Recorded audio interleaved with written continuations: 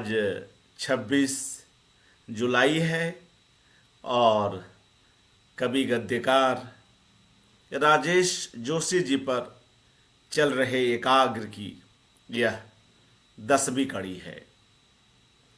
साथियों, किसी एकाग्र के माध्यम से हम यह कोशिश करते हैं कि उस रचनाकार पर चर्चा हो, उसकी रचनाओं से संबंधित उल्लेखनीय बातें हों और स्वयं उस रचनाकार से जुड़े तमाम प्रसंग संस्मरण भी साझा किए जाएं। इस बहाने एक जो साहित्य की भरी पूरी दुनिया है, हम उसमें कुछ अधिक गहराई से प्रवेश करने की कोशिश करते हैं। जो भी वक्ता आते हैं वे जिस व्यक्ति पर एकाग्र चल रहा होता है उसके बारे में बात करते हुए अपनी यात्रा को भी लाते हैं, अपनी दृष्टि को भी लाते हैं। इससे होता यह है कि हमारी हर कड़ी कुछ नवीनता के साथ प्रस्तुत होती है और मुझे लगता है कि इस कारण से ही एकाग्र की यह अवधारणा जिसे लेकर हम जनसुलभ पुस्तकालय पर चल रहे हैं, लोगों के बीच लोकप्रिय हो रही है। चाहे किसी रचनाकार पर एकाग्र हो, चाहे किसी विषय पर केंद्रित हो, हम हर कड़ी में यह प्रयत्न करते हैं कि कुछ न कुछ वैविध्य रहे, विभिन्न भाषाओं के लोग आएं, अनुवादक आएं, रचनाकार आएं और इससे साहित्य, संस्कृति, फिल्म, कला, इन सब के बीच एक समुचित आवाजाही संभव हो सके। इसी कड़ी में आज हमारे साथ वरिष्ठ रचनाकार और हम सभी के प्रिय लेखक ए अरविंदाक्षन जी उपस्थित हैं। मैं आप सभी मित्रों की ओर से उन्हें नमस्कार कहता हूं। जी, स्वागत। मित्रों, ए अरविंदाक्षन जी, आप जानते हैं किस तरह से समर्पित भाव के साथ हिंदी साहित्य की या कहें भारतीय साहित्य की सेवा में रत हैं। मलयालम, हिंदी के बीच एक सेतु का भी काम कर रहे हैं। अनुवाद हो, मौलिक सृजन हो, आलोचना हो, तमाम अनुशासनों में आप सक्रिय हैं। ऐसे में राजेश जोशी जी से जुड़े इनकी अपनी यादें कैसी हैं, आज हम इसे भी जानेंगे और बतौर आलोचक, बतौर कवि वे उनकी कविताओं को और कविता से इतर उनके लेखन को किस रूप में देखते हैं, इस पर भी चर्चा होगी।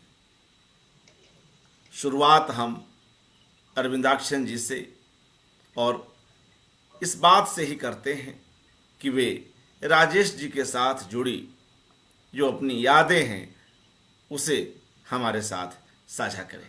जी, अरविंदाक्षन जी।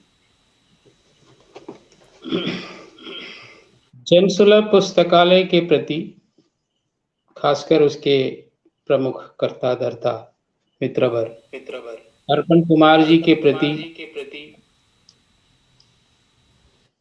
मैं आभार व्यक्त करना चाहता हूं और उन्हें बधाई भी देना चाहता हूं कि राजेश जोशी की रचनात्मकता पर केंद्रित ये जो कार्यक्रम है, आज उसकी 10वीं कड़ी है। और इधर बीच में मैंने कुछ भाषण भी सुने और मेरे पास दूसरे भी हैं। मैं सुविधा के अनुसार उन सब मित्रों को सुनूंगा, क्योंकि ये अपने आप में एक विराट अनुभव है। तो जैसे अभी अर्पण कुमार जी ने मुझे सुझाव दिया कि कुछ ऐसी स्मृतियां, कुछ ऐसे संस्मरण जो कि राजेश जोशी के साथ और मेरे साथ उनका जो संबंध है उसको लेकर कुछ बातें जरूर कहूंगा, क्योंकि मेरे लिए वो बहुत ही अभिन्न मित्र है। कई वर्ष पहले की बात है, बहुत वर्ष पहले मध्य प्रदेश शासन ने मुझे निमंत्रित किया था कबीर सम्मान के जूरी सदस्य के रूप में। ये भोपाल में ही हुआ था और शायद ये मेरे भोपाल की पहली यात्रा थी। और वहां हम लोग ठहरे थे होटल पलाश में। शाम को हम पहुंच गए तो एक आध मित्रों का फोन भी आया। मेरे परम मित्र जो अब नहीं हैं, भगवत रावत जी, उनका फोन आया। उन्होंने भी कहा कि हम लोग कल आएंगे, आप आज शाम को आराम कीजिए और आपकी बैठक के बाद हम मिलेंगे। तो मुझे भी अच्छा लगा कि भगवत रावत जी आएंगे कल, और मुझे इनसे भी मिलना था, राजेश जोशी जी से भी मिलना था। हालांकि उनकी रचनाओं से मैं परिचित था, लेकिन उनसे मैं मिला नहीं था। तो दूसरे दिन कबीर सम्मान की बैठक तकरीबन 10 साढ़े 10 बजे बैठक शुरू हुई और उस पर उसकी वो बैठक जो है कि 2-2:30 बजे तक वो चलती रही और हमने तय किया कि किस कवि को कबीर सम्मान दिया जाना चाहिए। तो जब हमारा काम हो गया तो लंच के बाद हम लोग आराम कर रहे थे। उस 3 साढ़े 3 बजे तक भगत रावत जी और राजेश जोशी जी हम लोग से मिलने आए। तो मुझे बहुत अच्छा लगा, क्योंकि जिसको हम पढ़ते हैं उन्हें देखना भी एक अलग अनुभव होता है। कविता पढ़ने के लिए कवि की कोई जरूरत नहीं है, वो पाठक की अपनी स्वायत्तता है। लेकिन फिर भी जब हम उस कवि से मिलते हैं जिनको हमने पढ़ा है, अनुभव किया है, उससे मिलना भी एक अलग अनुभव है। उस स्वायत्तता में एक आत्मीय भाव का विलयन हो जाता है। वैसे इतनी आत्मीयता से भी मिले, हालांकि पहली बार मैं मिल रहा था, लेकिन हम लोगों के बीच में उसके पहले एक आध पत्राचार भी तो हुए थे, इसलिए उन्हें भी मैं एकदम अजनबी व्यक्ति तो नहीं था और मैं भी उनके लिए अजनबी नहीं। इसलिए हम मिले बहुत ही प्रेम पूर्वक। और उसमें जो जूरी सदस्य जो थे वे लोग भी, और मेरे अलावा जो जूरी सदस्य थे वे लोग, तथा राजेश जोशी जी और भगवत रावत जी, सभी लोग मिलकर जैसे हमने एक मित्र मंडली सी बनाई। मेरे अपने कमरे में ही ये मित्र मंडली की बैठक हुई और गपशप का दौर शुरू हुआ। तो कई बातें, जैसे कि एकदम हल्की फुल्की बातें नहीं, मुझे अब भी याद है, ऐसे ही हास परिहास की बात नहीं है, गप्पे नहीं है, लेकिन उसमें भी बहुत गंभीर बातों को सामान्य ढंग से जिस तरह से इन मित्रों ने रखा, और उस समय की गतिविधियों के संबंध में, और उस समय की कई प्रकार की समस्याओं को लेकर, लेकिन बीच बीच में जैसे कि चाय की चुस्कियां लेते हुए या पकोड़ा खाते हुए, या इस तरह जैसे कि उस आत्मीय भाव को बनाए रखते हुए हमने करीब 2-2.5 घंटे तक हम इस तरह बातें करते रहे। कुछ लोग बीच में लेटे हुए थे, कुछ लोग आराम से कुर्सी पर बैठे हुए थे, और कुछ लोग ऐसे ही कमरे में खड़े या टहल रहे थे। तो मुझे वो पूरा माहौल अब भी याद है कि जब मैं पहली बार राजेश जोशी से मिला था। तो मुझे लगा कि एक बहुत ही मिलनसार, प्रतिभावान व्यक्ति, जिनमें आत्मीयता कूट कूट कर भरी हुई है।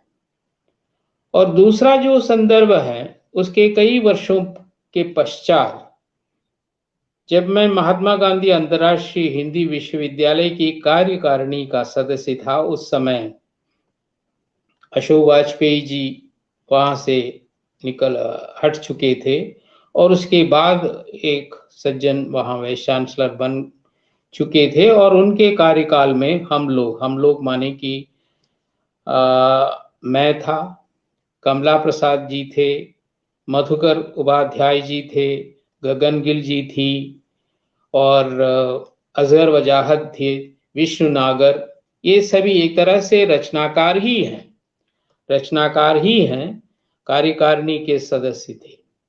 तो हम एक बार, जैसे कि कमला प्रसाद जी ने कहा कि क्यों ना हम एक बैठक, क्योंकि उस समय महात्मा गांधी अंतर्राष्ट्रीय हिंदी विश्वविद्यालय का परिसर उस तरह से विकसित नहीं था, इसलिए बैठक किसी शहर में, कभी नागपुर में, कभी दूसरे शहर में हम लोग करते थे। और उस सिलसिले को आगे बढ़ाते हुए एक बार मैंने कहा कि आपके शहर में क्यों नहीं, भोपाल में क्यों नहीं, मैं भी भोपाल आना चाहता हूँ, कई साल हो चुके हैं। तो तुरंत कमला जी ने बताया ठीक है, हम वाइस चांसलर से गुजारिश करेंगे, अगली बैठक हम वहीं करेंगे। तो फिर वही जो होटल पलाश, मुझे उस तरह से दूसरी बार होटल पलाश में ठहरने का अवसर मिला और 2:30-3 बजे तक हमारी कार्यकारिणी की बैठक हुई और हम लोग कमला जी के घर भी गए और वहीं निराला नगर में बदबदा रोड जो है कि वहाँ मुझे तो इनसे मिलना था। मैंने कमला जी से कहा है मुझे राजेश जोशी जी से मिलना है। अरे क्यों नहीं, हमारे बगल में ही रहते हैं। तो हम लोग वहाँ गए, उनसे मिले। इधर जैसे कि विश्वविद्यालय की राजनीति और विश्वविद्यालय की जो बातें हैं, कुछ समय के लिए हमने उन पर बहस की, लेकिन उसके बाद जो है कि हमारी ये एक जो मित्र मंडली जो है, इनमें ये लोग भी हैं, विष्णु नागर जी हैं, गगन गिल जी हैं और अजहर वजाहत, मधुकर उपाध्याय जी, ये सभी लोग एक तरह से इतने अभिन्न महसूस कर रहे थे और उनके यहाँ हमने घर के सदस्य के रूप में घंटों हमने बिताए और हमें बहुत अच्छा लगा। और एक बार जैसे कमला जी से फिर एक बार कहा कि एक और बार हमें कार्यकारिणी की बैठक भोपाल में करनी है, तो वो मुस्कुराते रहे। लेकिन दुखद बात ये है, एक और बार हमने विश्वविद्यालय की कार्यकारिणी ने एक और बार भोपाल में उसकी बैठक की, लेकिन तब कमला जी की तबीयत थोड़ी खराब चल रही थी।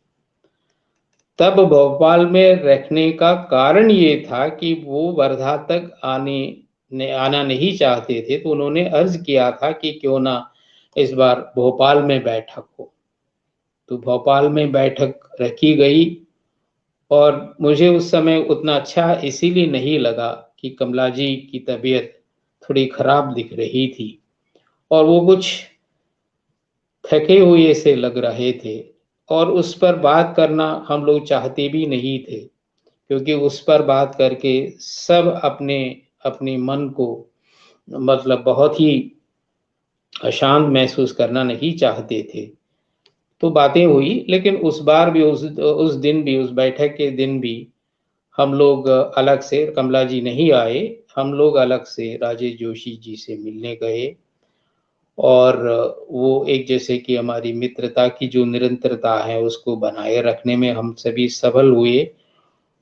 भले ही कमला जी को लेकर भीतर ही भीतर एक कसक तो रहती थी, लेकिन फिर भी मित्रों से मिलते समय जो सुख का अनुभव होता है उसका वर्णन करना बहुत मुश्किल है। मित्रता इस दुनिया में बहुत बड़ी चीज होती है और उस मित्रता को बनाए रखना जो है कि एक बहुत बड़ा मूल्य है। और मुझे लगा कि राजेश जोशी इस मूल्य को बनाए रखने में, बचाए रखने में सबसे अगुआ लग रहे थे। 2 साल पहले शायद कोरोना की महामारी के पहले भोपाल में टैगोर यूनिवर्सिटी ने एक कार्यक्रम किया था विश्व रंग नाम से। लीलाधर मंडलोई जी उसके कर्ता धर्ता थे। तो मुझे भी निमंत्रण था, 2-3 दिन के लिए मैं गया था। और मुझे तब ये था कि जब कार्यक्रम मेरा खत्म होगा तब मैं उसके बाद राजेश जोशी से मिलने जाऊंगा। लेकिन उस दिन मेरा कार्यक्रम इतना मतलब शेड्यूल इतना ज्यादा था, जैसे सुबह के कार्यक्रम में भी मुझे बोलना था और शाम को भी है, तो इसलिए उस दिन और उसके बाद जो सांस्कृतिक कार्यक्रम का सिलसिला जो चला उसमें भी कुछ देर तक बैठना पड़ा। और फिर जैसे कि मैंने उनको फ़ोन करके बताया कि मैं कल सुबह जा रहा हूँ, एयरपोर्ट जाते समय मैं आपके घर होते हुए ही जाऊँगा। तो उन्होंने स्वागत किया, आप ज़रूर आइए, मैं प्रतीक्षा करूँगा। तो मैं एयरपोर्ट जाते समय दूसरे दिन सुबह मैंने ड्राइवर से कहा कि मुझे निराला नगर से होते हुए ले चलो और वहाँ कुछ देर रुकना है, उसके बाद हम एयरपोर्ट जाएंगे। तो उस दिन जैसे कि उनसे मिलने और भी कई लोग, मैं जब गया था तब कोई नहीं था, और उनकी जो मैत्री है, उनका मैं जो मैत्री भाव है उसको फिर से अनुभव करने का मुझे मौका मिला।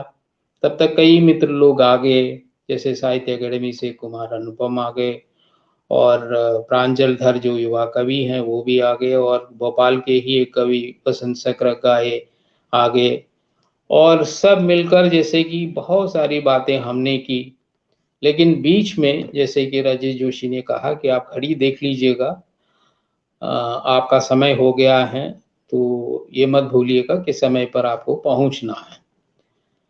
तो जैसे कि ये भी एक मित्रता का एक कण है, क्योंकि अपने मित्र को सही समय पर सही स्थान पर पहुंच जाना। जैसे कि इधर उधर की बातों में हम पूरी तरह से मशगूल हो जाएं तो हो सकता है कि गड़बड़ी है। तो उन्होंने मुझे याद दिलाया, तो मैंने कहा कि आपने अच्छा कहा।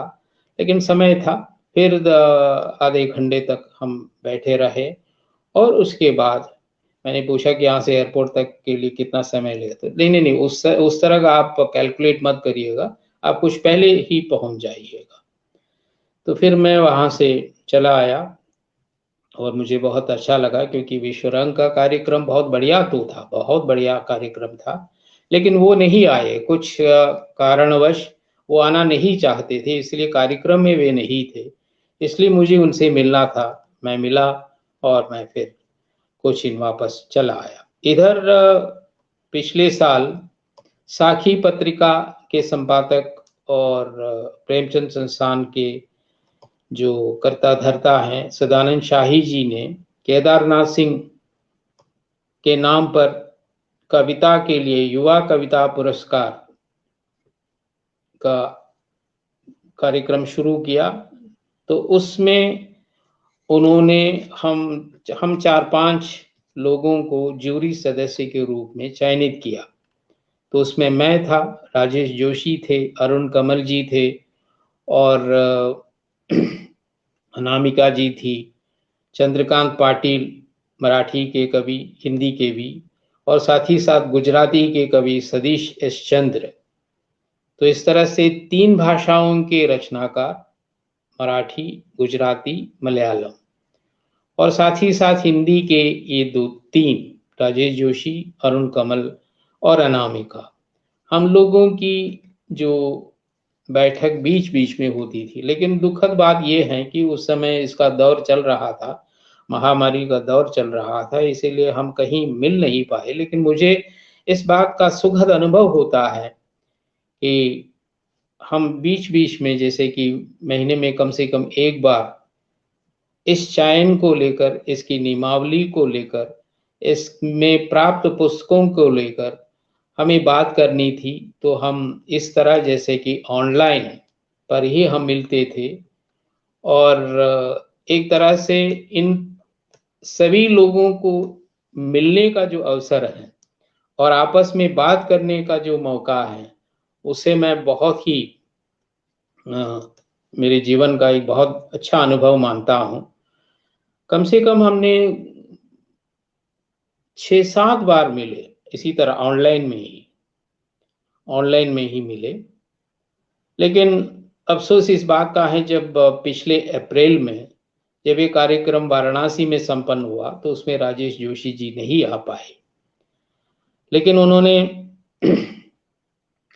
ये जरूर सूचना दी, क्योंकि उनके यहाँ उनके परिवार में किसी रिश्तेदार, नजदीकी रिश्तेदार की शादी का मामला था, इसलिए वो नहीं आ पाए। तो हम मिले, जैसे अरुण कमल जी, अनामिका जी भी नहीं आ पाई, चंद्रकांत पाटिल जी और सतीश चंद्र जी आ गए थे।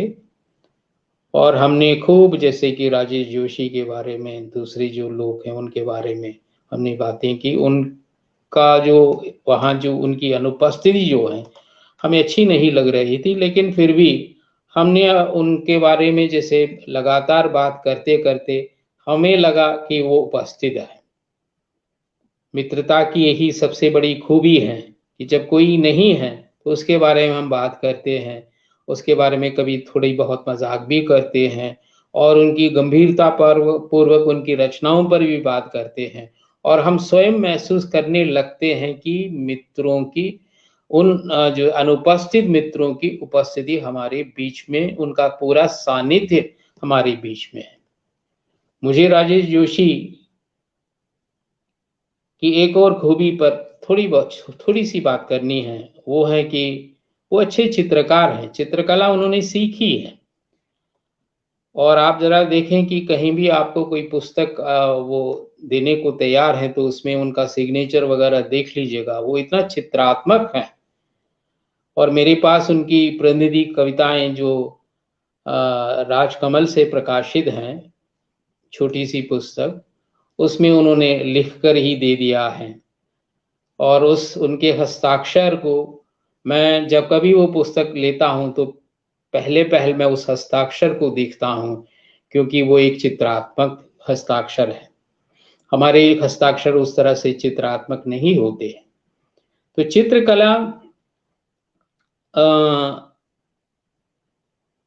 उन्होंने सीखी। और उन्होंने ये भी, जैसे कि बनास जन पत्रिका का एक अंग आया है राजेश जोशी पर, इसलिए राजेश जोशी, इस तरह से उसमें उन्होंने जैसे कि अपनी पसंद नापसंद की बात जो कही है, तो अगले जन्म में क्या, तो अगले जन्म में वे चित्रकार होना चाहते, चित्रकला के प्रति, उस कला रूप के प्रति उनमें इतनी मतलब उन्मुखता है, ये बात उसी को व्यक्त करती है। तो मुझे, जैसे कि हाल ही में मैंने एक कार्यक्रम YouTube में देखा, वो असमिया के प्रसिद्ध गायक संगीतकार भूपेन हजारिका को लेकर था। वो एक गीत का आलापन कर रहे थे और वो गंगा को लेकर है।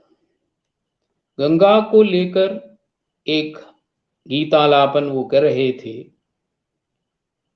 और बीच में जैसे कि उसको लेकर उसका असमिया रूप, उसका बंगला रूप, उसका हिंदी रूप, इस तरह से अलग अलग भाषाओं में वो आलाप करते जा रहे थे।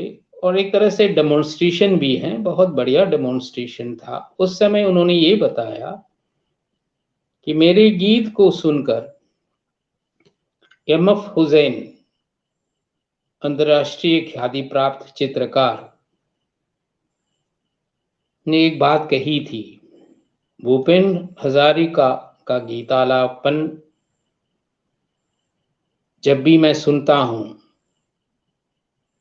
तो आलापन की गति है, आलापन की गति है, उसका आरोह अवरोह है, लेकिन समांतरतः गंगा को लेकर या जैसे कि किसी दूसरे विषय को लेकर जब वे गाते हैं तो एक तरह से वे एक चित्र ही बनाते हैं। आलापन के माध्यम से, रंगों के माध्यम से, जिस तरह से एक चित्रकार चित्र बनाता है, उसी तरह से भूपेन हजारिका जो है कि वो आलापन के माध्यम से अपने चित्र रचते जाते हैं। ये उन्होंने कहा। फिर उन्होंने उसका असमिया वर्षन जो है उसको प्रस्तुत किया, उसके बाद बंगला वर्षन को प्रस्तुत किया। तो मुझे लगा ये सही है कि गंगा संबंधी ये गीत जो है सिर्फ गीत नहीं है, गंगा को अनुभव कराने की उनकी जो क्षमता है, उसके आरोह अवरोह में गंगा के प्रवाह का एक अनुभव जो है हमें प्राप्त होता है। इसलिए एम.एफ. हुसैन का कहना जो है 100% क्या उससे ज्यादा फीसदी सही है। और ये बात मैंने लंबे समय तक वो कार्यक्रम मैंने बंद किया यूट्यूब में, फिर मैंने उस पर सोचना शुरू किया। तो मुझे लगा कि हमारे कवियों में सबसे ज्यादा जो है कि राजेश जोशी चित्रकला के जानकार होने के नाते मैं नहीं कह रहा हूं, वैसे जानकार हैं वे, अच्छे चित्रकार भी हैं, हालांकि मैंने उनका कोई चित्र तो नहीं देखा है, लेकिन वो चित्रकार हैं, चित्रकला के बारे में काफी जानकारी रखते हैं क्योंकि उन्होंने चित्रकला सीखी है। मुझे लगा कि दूसरे अपने कवि मित्रों की तुलना में राजेश जोशी की कविताएं भी अनेकानेक चित्र हमें प्रदान करती है, बहुत सारे चित्र। एक एक कहने का उनका एक मामूली सा ढंग है कविता में, बहुत सारी कविता में उदाहरण करके कह सकता हूं। तो कहने का एक ढंग है और उस ढंग को वे इस तरह से प्रस्तुत करते हैं कि एक कविता में बिंब प्रस्तुत करके चित्रात्मकता को बनाए रखने की बात नहीं है। ये सचमुच उनकी कविताएं शतशः चित्रात्मक अनुभव, उनके कविता अनुभव चित्रों के रूप में हमारे पास आते हैं। तो इसका संप्रेषण बहुत जल्द होता है क्योंकि हम अनुभव के बारे में सुनते हैं और राजेश जोशी उन अनुभवों को चित्रों के रूप में प्रस्तुत करते हैं। तो अनुभवों की संप्रेषणीयता दुगनी चौगनी नहीं है, बल्कि उससे ज्यादा जो है वो अनुभव हमारे लिए संप्रेषणीय होता है। ये उनकी कविता की एक विशेषता है। मुझे हमेशा लगा एक अभिन्न मित्र और मैत्री भाव के लिए सब कुछ को तजने के लिए तैयार, और मैत्री भाव को बनाए तथा बचाए रखने में हमेशा उत्सुक रखने वाले मेरे परम मित्र बड़े भाई राजेश जोशी के 76वें जन्मदिन के अवसर पर विलंब से ही सही, उनका जन्मदिन पड़ता है 18 जुलाई को, आज तो 26 जुलाई है, तो विलंब से ही सही मैं उनको शुभकामनाएं देता हूं और उनकी कलम से उम्मीद रखता हूं कि और भी बेहतरीन कविताएं हमें मिलती रहें। आज मेरा विषय ये है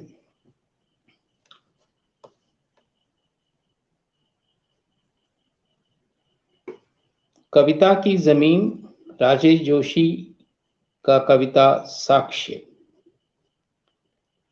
मैं ज्यादातर कविता केंद्रित बातें ही कहना चाहूंगा, हालांकि मुझे उनकी एक पुस्तक है समकालीन कविता पर, बहुत अच्छी पुस्तक राजकमल से प्रकाशित, बहुत मोटी पुस्तक है, एक कवि के नोट्स के रूप में।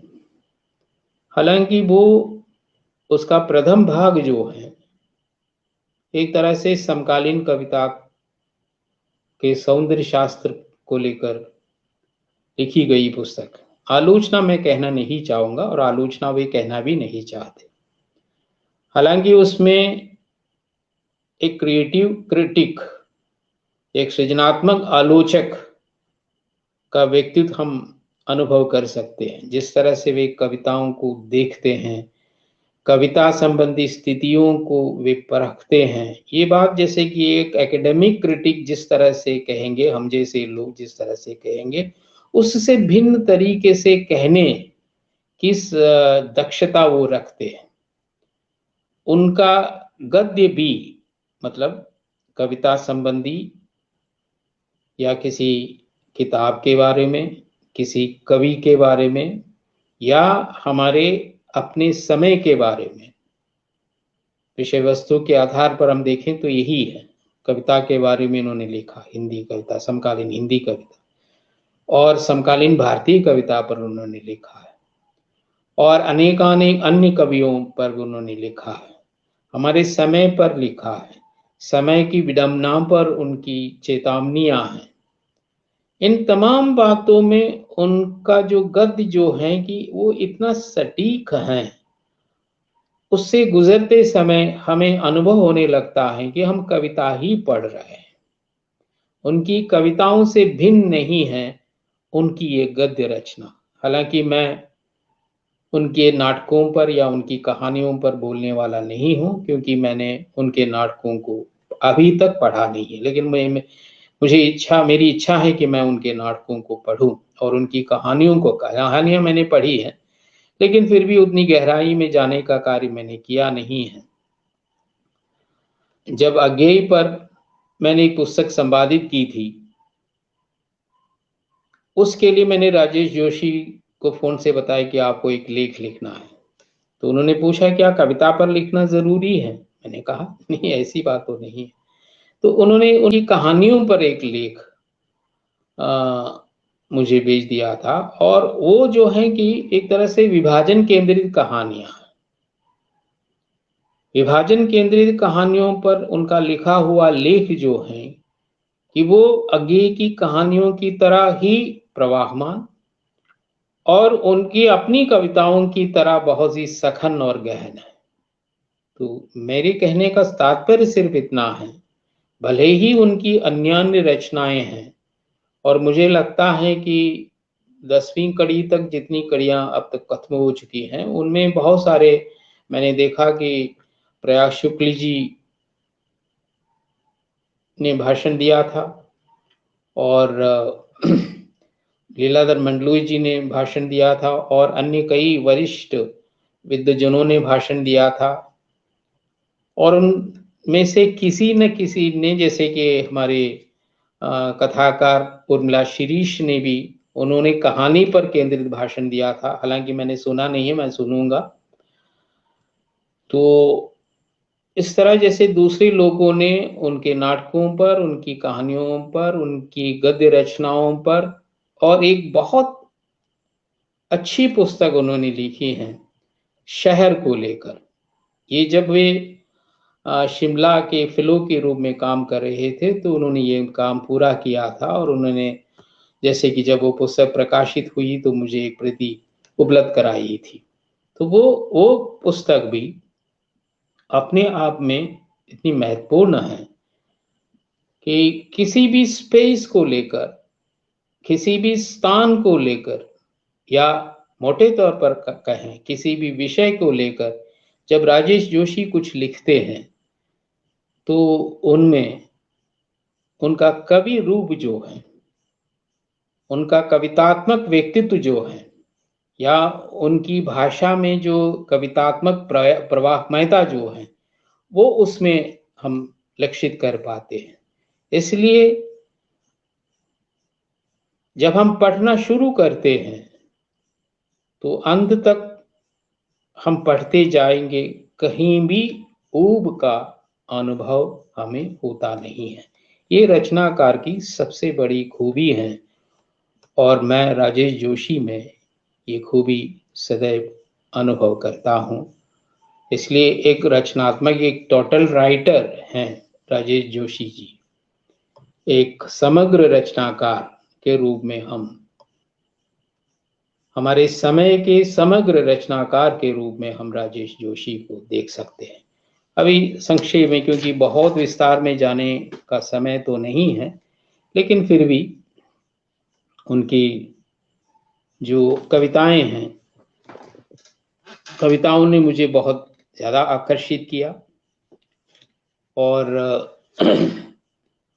मेरा विषय मुख्य रूप से कविता केंद्रित है, इसीलिए मैं उनकी कविताओं पर एक आध बातें आपसे शेयर करना चाहूँगा, क्योंकि 2 पत्रिकाएं उन पर आ चुकी हैं, और राजेश जोशी के सभी मित्र और हिंदी के समस्त जो अच्छे पाठक इन दोनों पत्रिकाओं के विशेषांकों को देखा ही होगा। एक है सबसे पहले लखनऊ से कविता विहान नाम से एक पत्रिका ने उन पर केंद्रित एक अंक निकाला, काफी मोटा अंक है। उससे भी थोड़ा सा और मोटा अंक है बनास जन पत्रिका जो पल्लव निकालता है। उस पर दोनों अंकों में इतने सारे लेख हैं कविता केंद्रित और दूसरे विषयों पर केंद्रित, और उनके व्यक्तित्व को लेकर लिखे गए अनेकानेक लेख हैं। ये सब ये साबित करता ही है कि ये हिंदी के कुछ इने गिने रचनाकारों में सबसे अगली पांत में हम राजेश जोशी को देख पाते हैं। मैं अक्सर मैं कविता पर लिखता हूं, इसीलिए मैंने सोचा कि आज कविता केंद्रित बात करूं। प्रत्येक कवि को अपनी कविता में अपनी एक जमीन तलाश करनी पड़ती है। यहां मैं कविता की जमीन को कविता के कारक तत्व के रूप में प्रस्तुत करना चाहूंगा, क्योंकि कवि को अपनी जमीन तलाश करनी ही पड़ेगी और वो अपनी जमीन को तलाशता भी है। उसके अभाव में जब एक कवि अपनी जमीन को तलाश नहीं कर पाता है तो उसके अभाव में, उस जमीन के अभाव में, कविता की जमीन के अभाव में कोई भी कविता स्थायित्व प्राप्त नहीं कर सकती। अगर किसी कविता को कालजयी होना है या स्थायित्व प्राप्त करना है तो उसे उसकी अपनी जमीन की तलाश भी उसमें होनी चाहिए। इसलिए जमीन का मतलब ये नहीं है कि एक सामान्य यथार्थ, ये नहीं है। कविता की अपनी जमीन का एक विशिष्ट अर्थ भी है।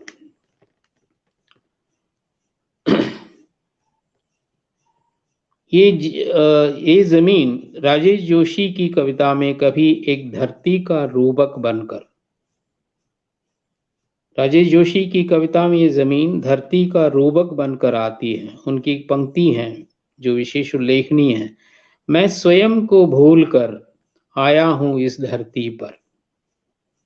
मैं स्वयं को भूलकर आया हूं इस धरती पर। यह धरती ही उनकी जमीन है और इस धरती का जीवन भी उनकी जमीन है।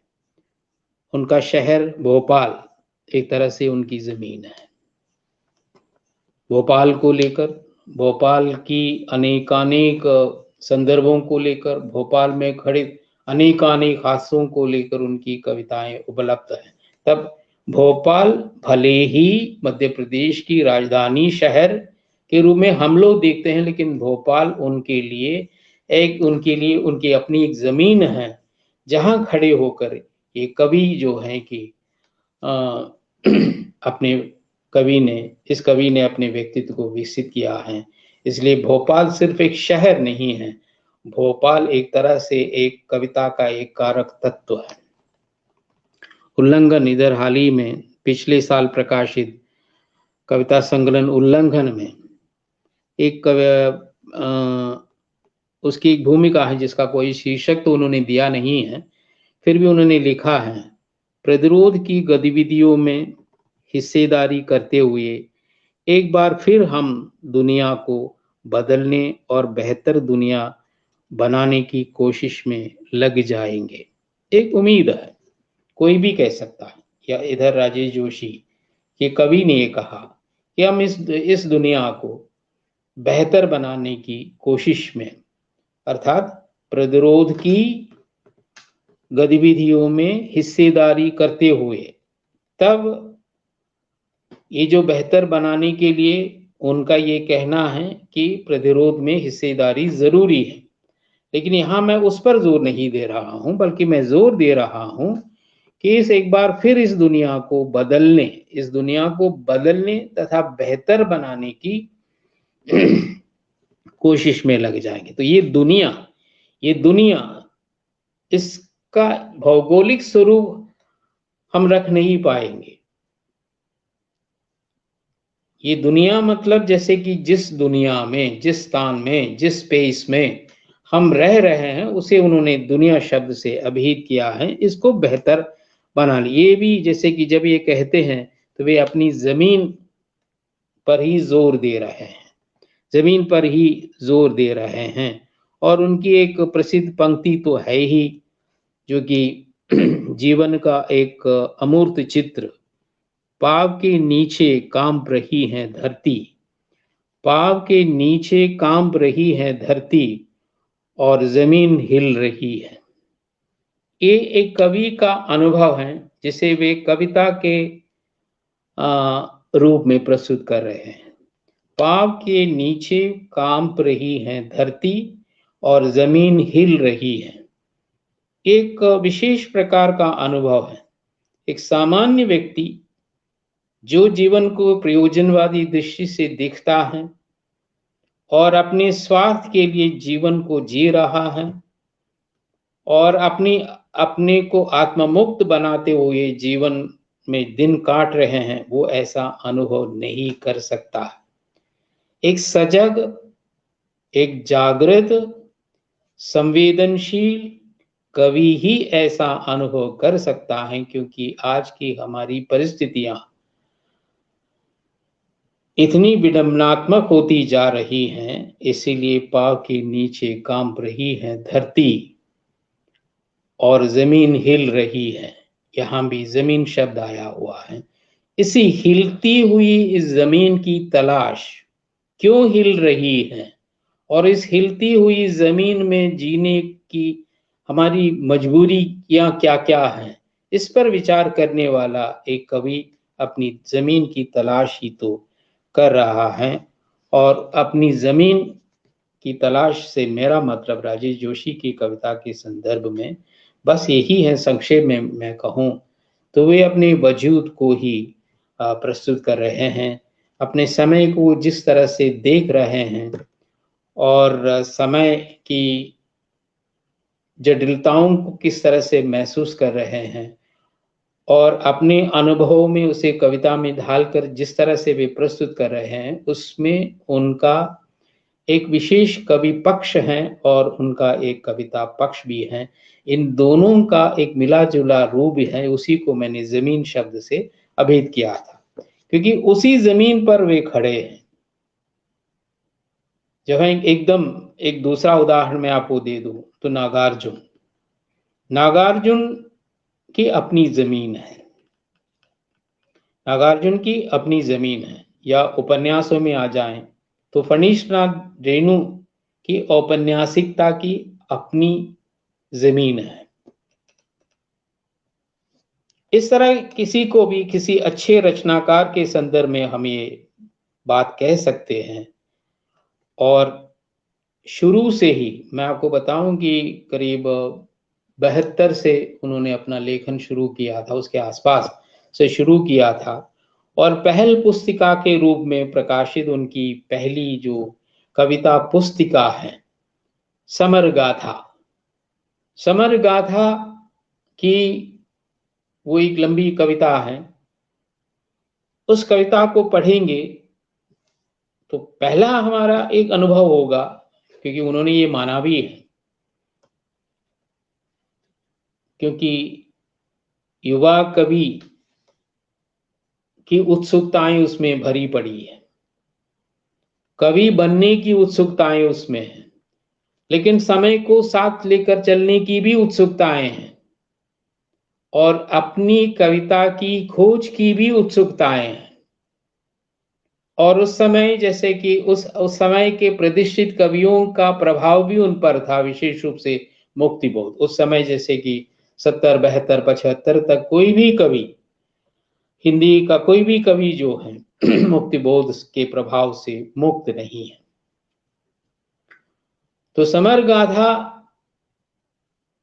में भले ही हमें मुक्तिबोध की कविताओं की कुछ प्रतिध्वनियां मिल सकती हैं, लेकिन मुझे लगता है कि समर गाथा राजेश जोशी की कविता की वो जमीन है जहां खड़े होकर उन्होंने अपना सिर्फ कविता का आरंभ ही नहीं किया था, अपनी लंबी कविता यात्रा का अनुमान भी लगाया था। मुझे कहाँ पहुंचना है, मेरा सिटाडल जो है कि वो कहाँ है, उसका अनुमान लगाना आसान नहीं है।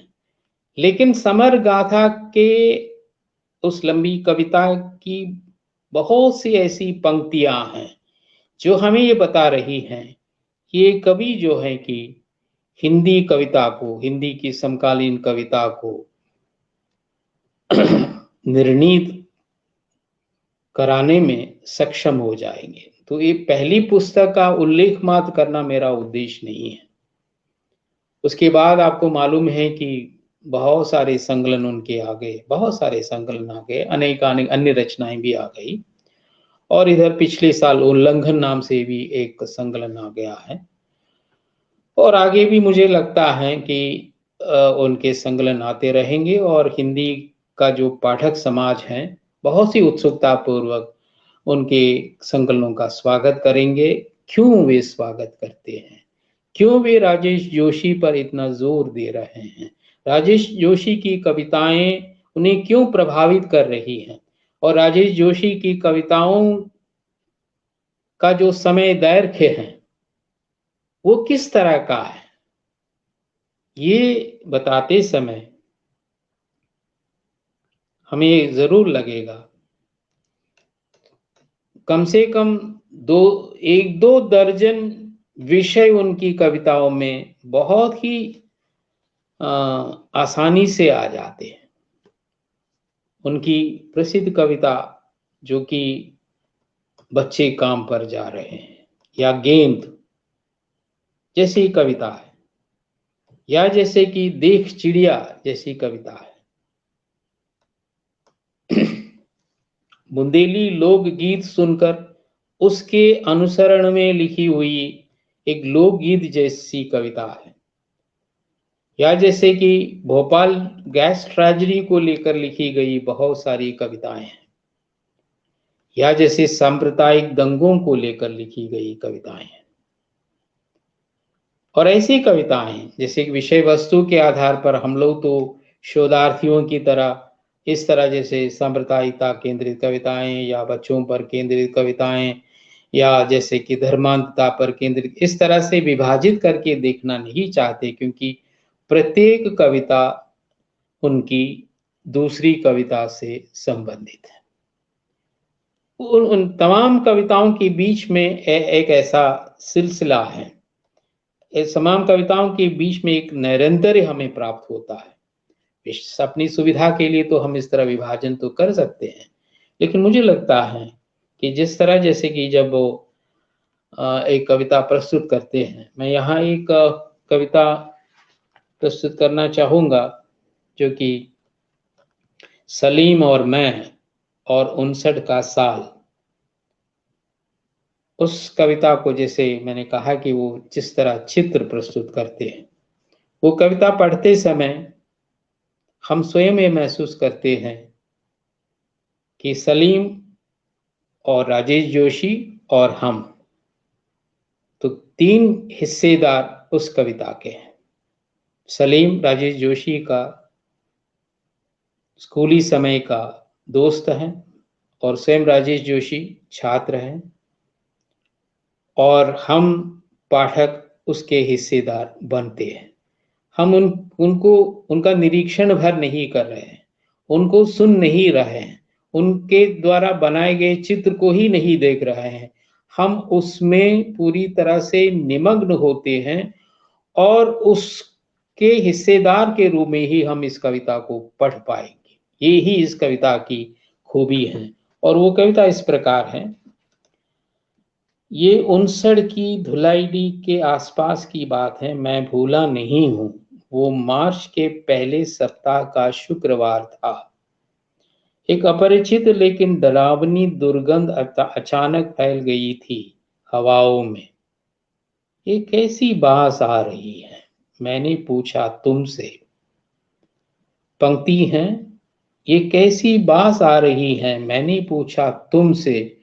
ये कविता की एक पंक्ति है, लेकिन ये पंक्ति जब हम दोबारा पढ़ते हैं तो मैंने पूछा तुमसे, ये सलीम को संबोधित प्रश्न है। लेकिन राजेश जोशी की कविता का ये प्रश्न हमको संबोधित कर रहा है। वे हमसे पूछ रहे हैं, हवाओं में कबूतर मर रहे हैं, ये तुमने कहा था सलीम। हवाओं में कबूतर मर रहे हैं, ये तुमने कहा था सलीम। और आगे पंक्तियां हैं, अभी टोल वाली मस्जिद के पास पहुंचे ही थे हम कि शुरू हो गई थी पत्थरों की बरसात। ये विवरण है, पत्थरों की बरसात। चारों ओर की गलियों से निकले थे चाकू और डंडे, दौड़ते हुए चौराहे की ओर। कितनी सारी भीड़ अचानक पैदा हो गई थी वहां। यही वो चित्र है, दौड़ते हुए चौराहे की कितनी सारी भीड़ अचानक पैदा हो गई थी वहां, जैसे सड़कें फाड़ कर निकल आए हों लोग एकाएक, जैसे फिर से जीवित हो उड़ी हो दफन सदियां, हवा में रोपती हुई चीखें और विलाप। ये विवरण भी है, एक तरह से सलीम के साथ का साझेदारी भी है, और हमसे भी इन पंक्तियों के माध्यम से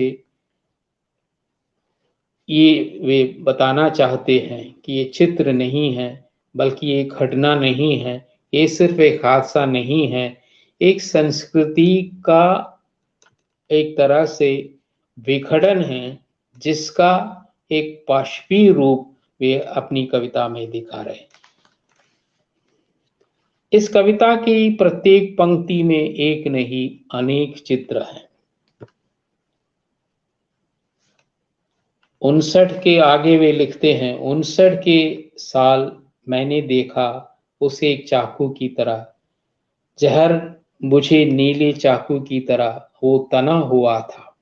ये अनुभव जो है, ये अनुभव, उस अनुभव को बीच बीच में थोड़ी बहुत फैंटेसी का उपयोग करके और कहीं कहीं एक मैजिकल रियलिज्म का थोड़ा सा सहारा लेकर वे उस अनुभव को हमारे बीच में रख रहे हैं।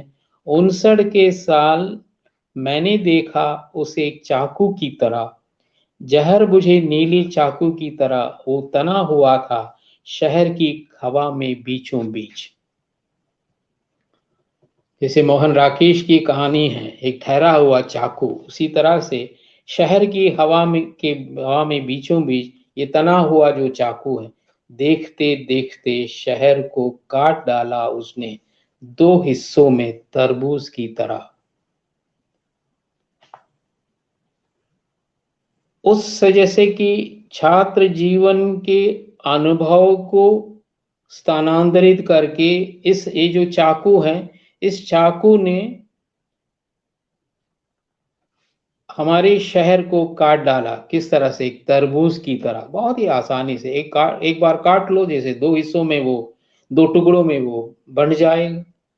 तो इस तरह जैसे कि वहां एक छात्र का अपना अनुभव वो प्रस्तुत कर रहे हैं, लेकिन ये छात्र का अनुभव नहीं है, बल्कि एक गंभीर मनुष्य की चिंता से उद्भूत अनुभव है, और उसे अनेकानेक चित्रों, फैंटेसियों, जादू यथार्थ से युक्त चित्रों के माध्यम से वे प्रस्तुत कर रहे हैं। और इसमें भी हम ये देख पाएंगे कि कहीं भी अंधेरे का वर्णन उन्होंने किया नहीं है, लेकिन उन्होंने ये बात, जैसे कि मन के विभाजन के बारे में उन्होंने बताया, संवेदना के विभाजन के बारे में उन्होंने बताया। इसीलिए उनकी ये कविता जो है मुक्तिबोध की कविता की तरह समय के अंधेरे को प्रतिपादित करने वाली कविता है। इस तरह हम बहुत सारी कविताएं बता सकते हैं। एक और कविता जो अहद होटल नाम से है, वो भी इसी तरह की एक कविता है।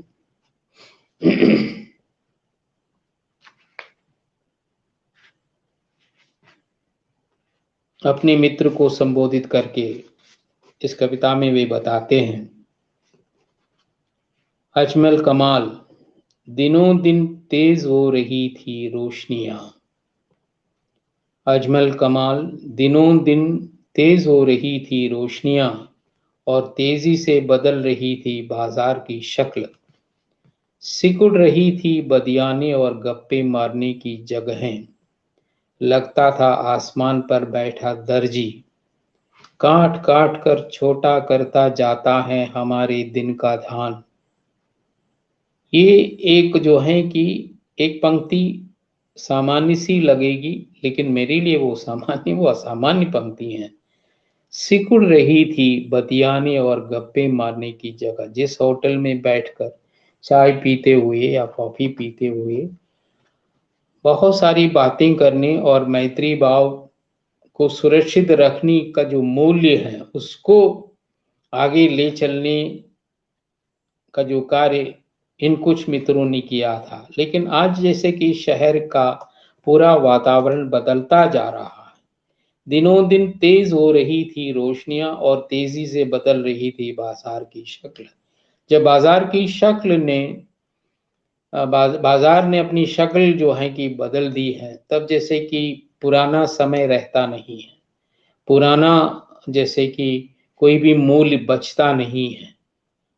इसीलिए एक पंक्ति जैसे कि सिकुड़ रही थी बतियाने और गप्पे मारने की जगहें, ये जो है कि मनुष्य में निहित जो प्रयोजनवादी दृष्टि जो है वो उत्तरोत्तर अग्रसर होती जा रही है और आत्मीय भाव जो है कि सिकुड़ता जा रहा है।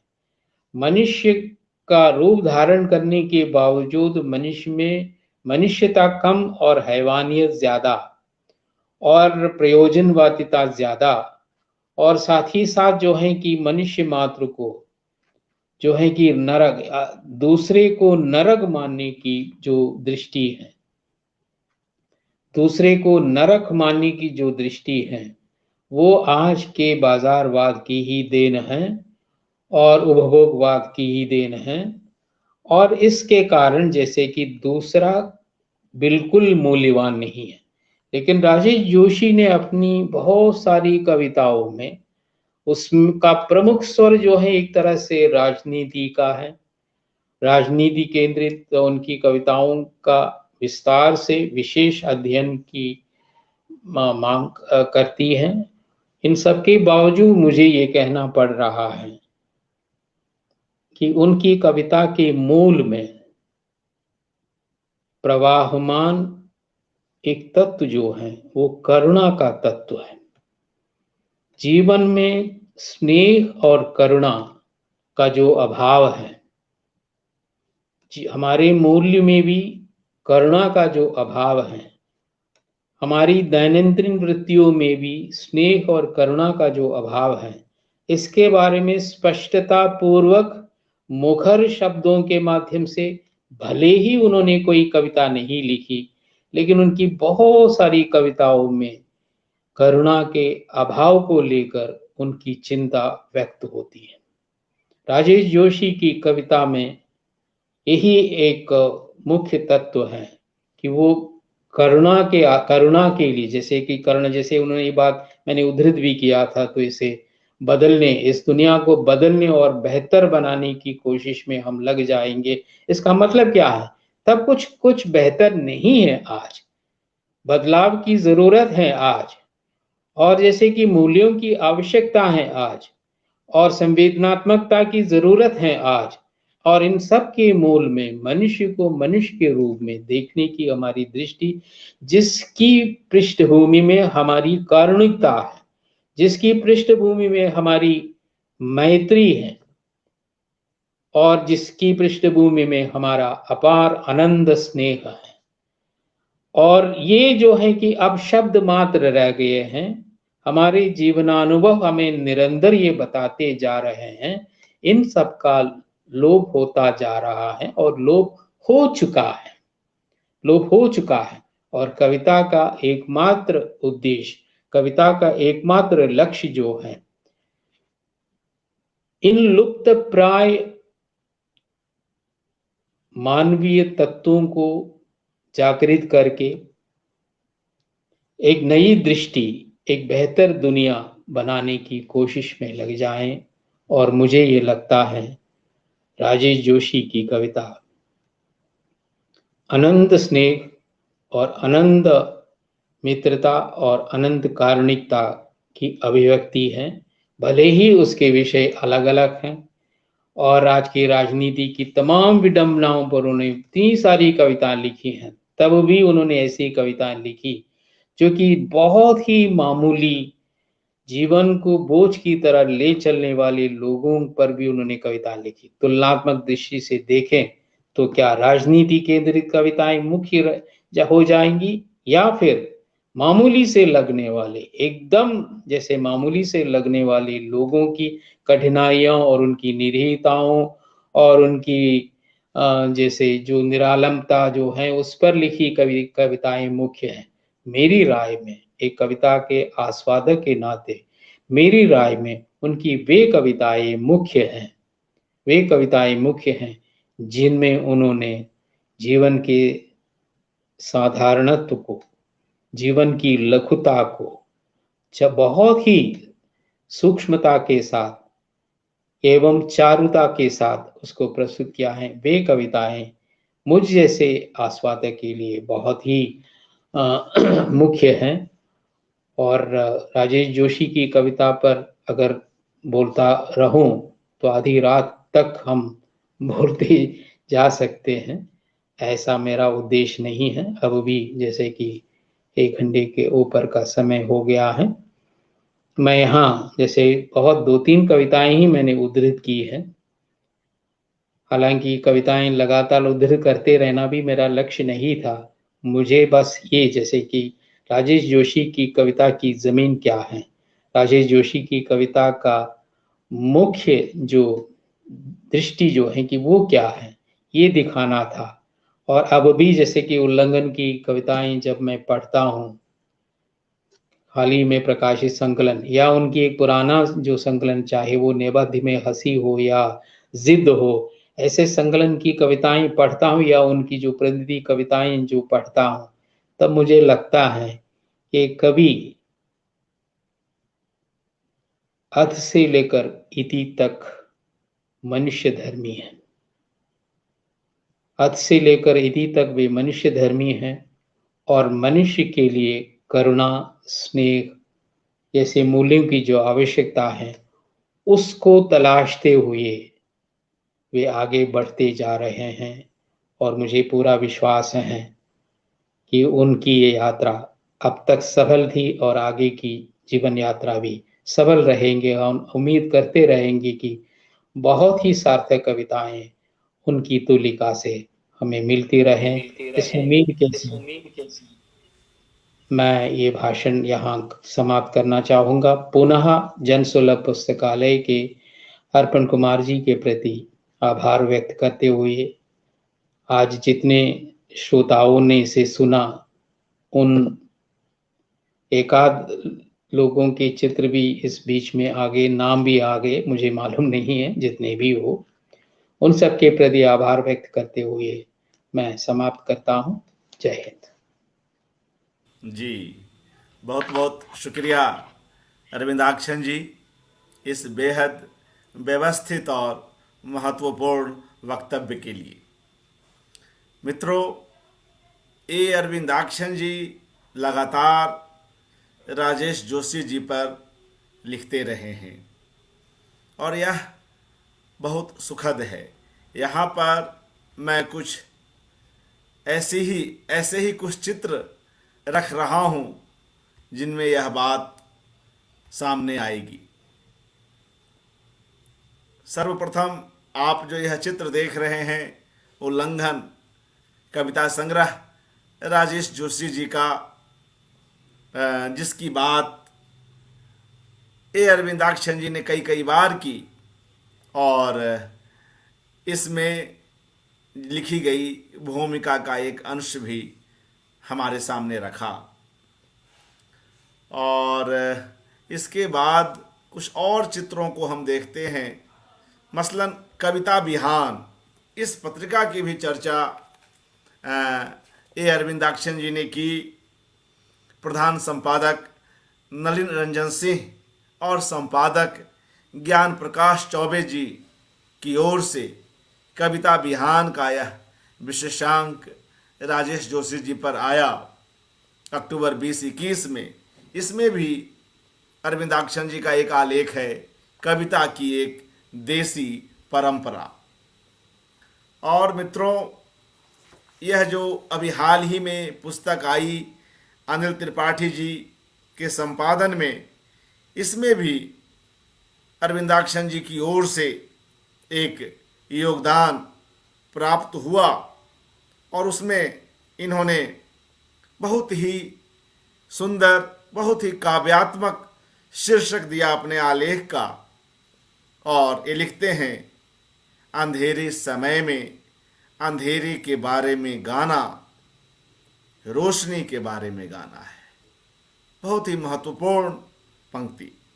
अंधेरे समय में अंधेरे के बारे में गाना रोशनी के बारे में गाना है। यह आलेख भी इस पुस्तक में संकलित है। और एक चित्र है अरविंदाक्षन जी, इस चित्र की, हालांकि इस चित्र के बाबत आपने कुछ चर्चा की, मुलाकातों की बात की थी, कुछ और कहना चाहेंगे तो कहें।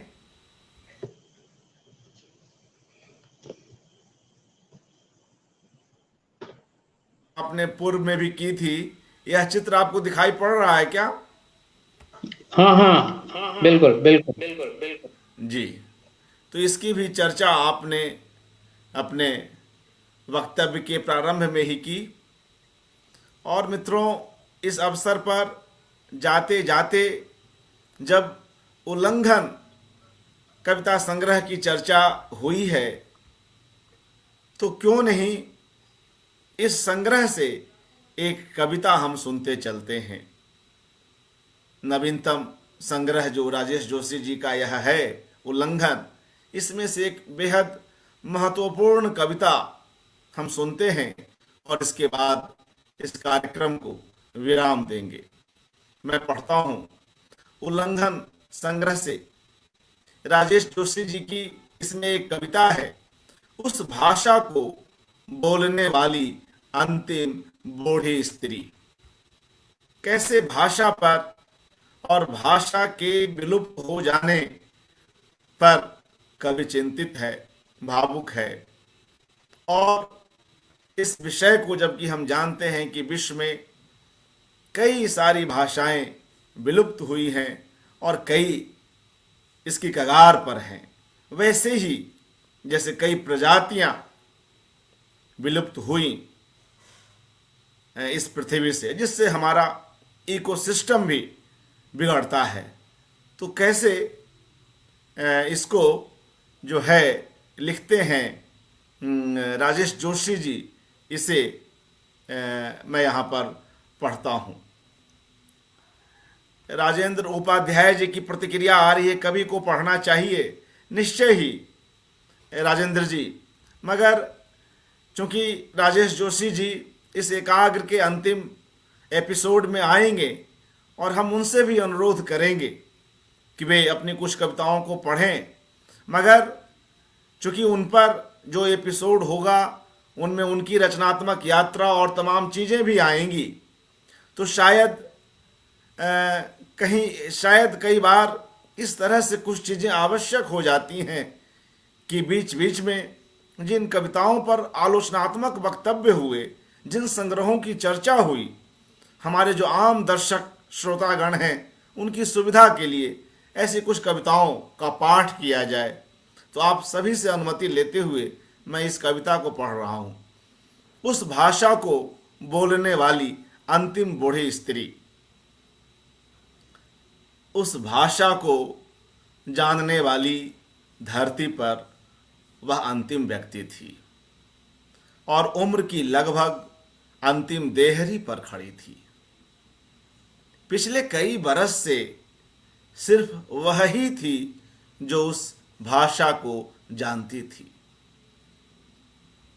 पिछले कई बरस से सिर्फ वह ही थी जो उस भाषा को जानती थी।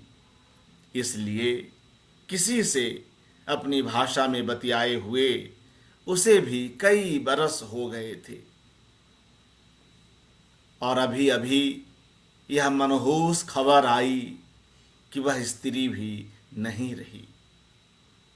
इस तरह उसी के साथ वह भाषा भी खत्म हो गई, खत्म हो गई, भाषाओं की सूची में दर्ज कर दी गई, खत्म हो गई, भाषाओं की सूची में दर्ज कर दी गई।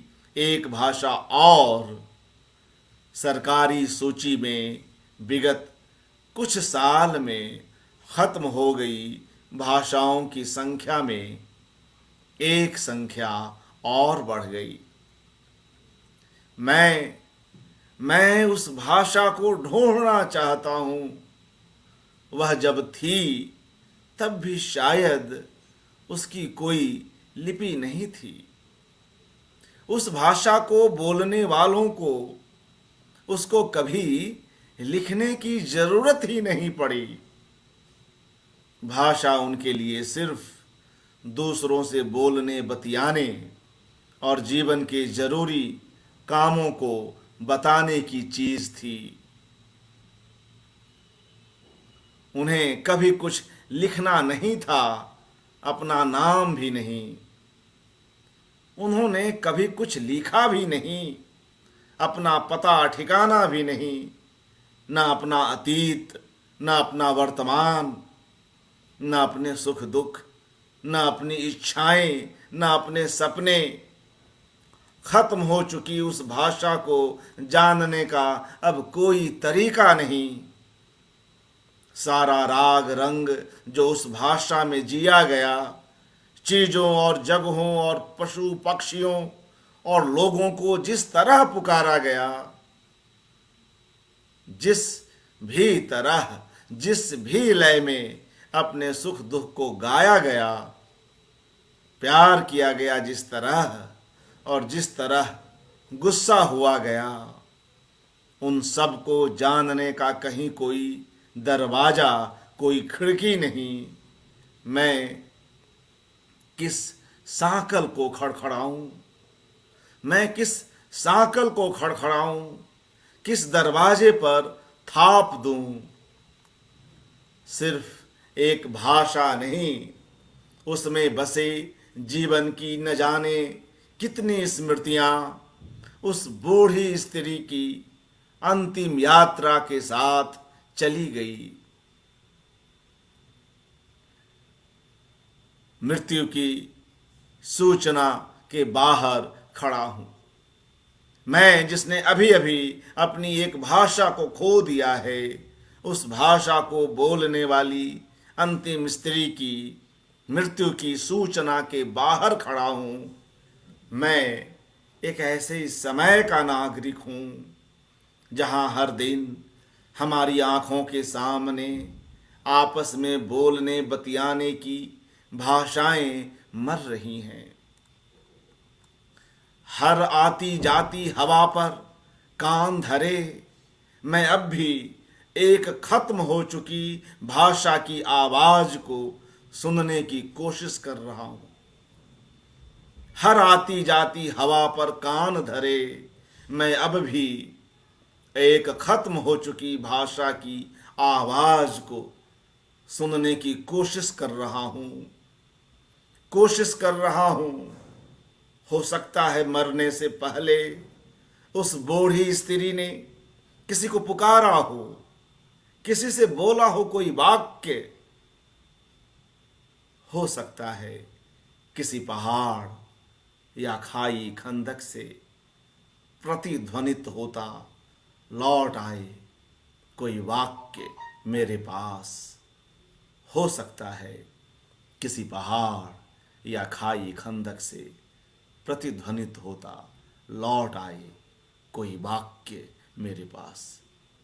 मित्रों, यह 2 अप्रैल 2020 को लिखी हुई कविता है और जिसका हमने अभी पाठ किया और अच्छा लगा इससे गुजरते हुए। और जो बात ए अरविंदाक्षन जी इस संग्रह की भूमिका से कर रहे थे कि कवि एक बेहतर विकल्प की ओर भी बढ़ना चाहता है, उसके लिए भी प्रयासरत है। यहाँ भी मरी हुई भाषा से कुछ ऐसी चीज़ें मिल सके जिससे कोई व्यक्ति उसके पास वापस जा सके। यहाँ रचनाकार इसे लेकर आशान्वित है, इसे लेकर कुछ उम्मीद पालता है। और यह संग्रह उन्होंने जो कोरोना के बीच और अन्य कारणों से जो लोग बिछुड़ गए, जो लोग यह संसार छोड़ गए, उन सभी मित्रों को समर्पित करते हैं राजेश जी अपने इस संग्रह को। और लिखते हैं, इस बीच बिछुड़ गए अनेक दोस्तों को याद करते हुए। एक बेहद महत्वपूर्ण संग्रह, और मुझे भी अच्छा लगा कि अरविंदाक्षन जी के ही माध्यम से इस संग्रह विशेष पर भी कुछ बात हो सकी। मित्रों, इस कार्यक्रम में जो लोग उपस्थित हैं, जिनकी टिप्पणियां हमें मिली हैं, मैं उनमें से कुछ एक के नाम ले लूं। बसंत सकरगाये जी, प्रतिभा जी, दिनेश चंद्र भट्ट जी, मनीष कुमार, बाल कीर्ति, राजेंद्र उपाध्याय जी, उर्मिला शिरीष जी, महेश शर्मा जी, त्रिलोक महावर जी, राजेश गनोदवाले जी, नरेश सक्सेना जी और तमाम दूसरे मित्रगण। आप सभी लोग इस कार्यक्रम में उपस्थित हुए और इतनी देर तक धैर्यपूर्वक हमारे साथ बने रहे। आप सभी का हार्दिक आभार। ए अरविंदाक्षन जी, पुनः शुक्रिया, धन्यवाद, आभार। मित्रों, कल एक नई कड़ी में हम पुनः मिलते हैं। शुभ रात्रि।